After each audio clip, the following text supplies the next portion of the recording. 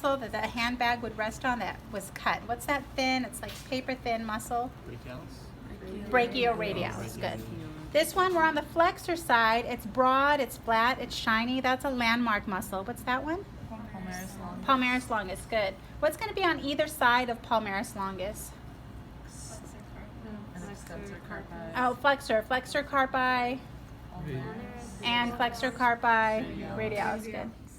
And then what's this small triangular one that helps you do this motion here? Pronator teres. Good. So palmaris longus.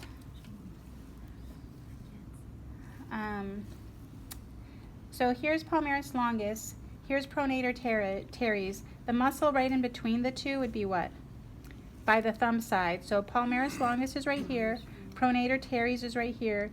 Right over here, this muscle in between the two would be the flexor carpi radialis. Okay. So pronator teres, flexor carpi radialis, this flat, broad palmaris longus.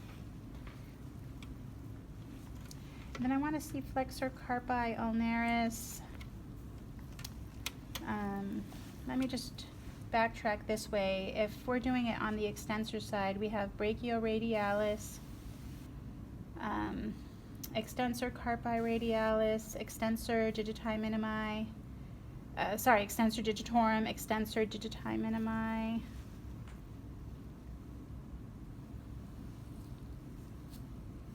Yeah, okay. All right. So brachioradialis, what I'm seeing on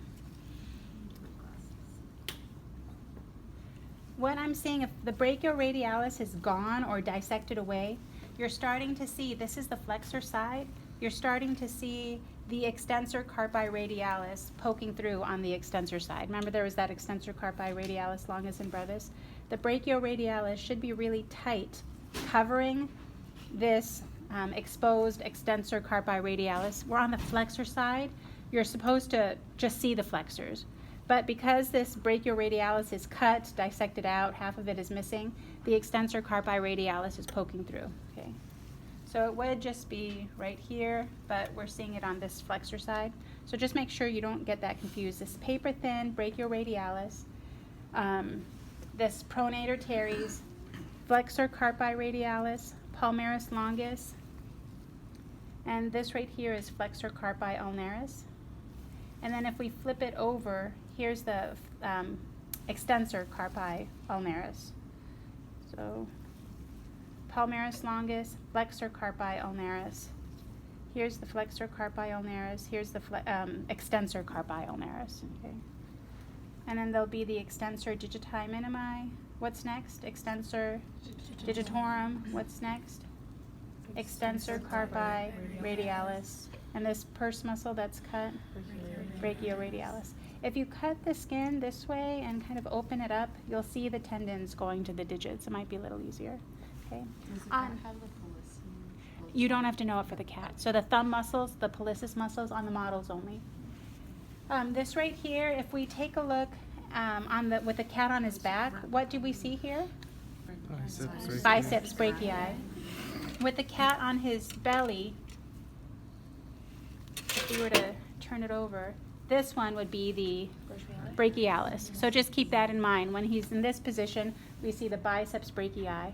When he's on his belly, we see the brachialis. A little bit different arrangement than it is in us, right?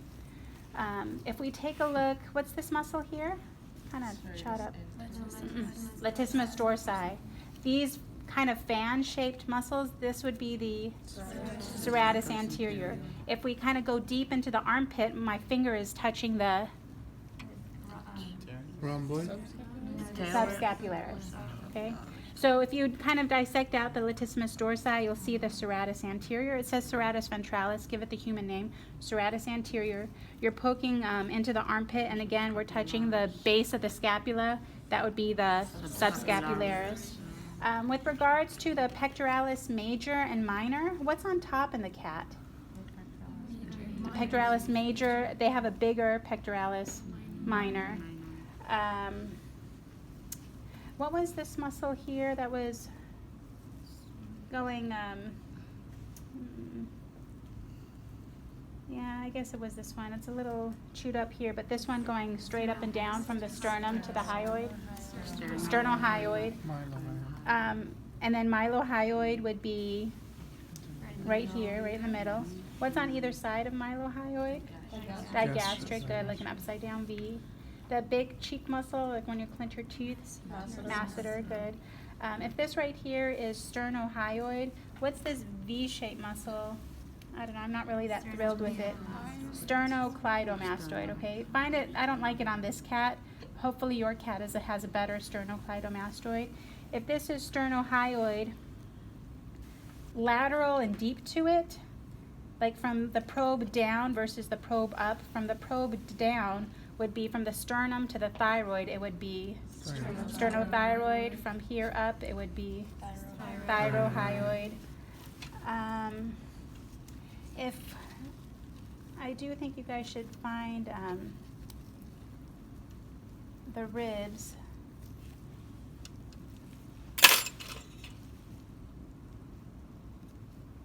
I wouldn't have major and minor arteries. No, that won't be on the cat either.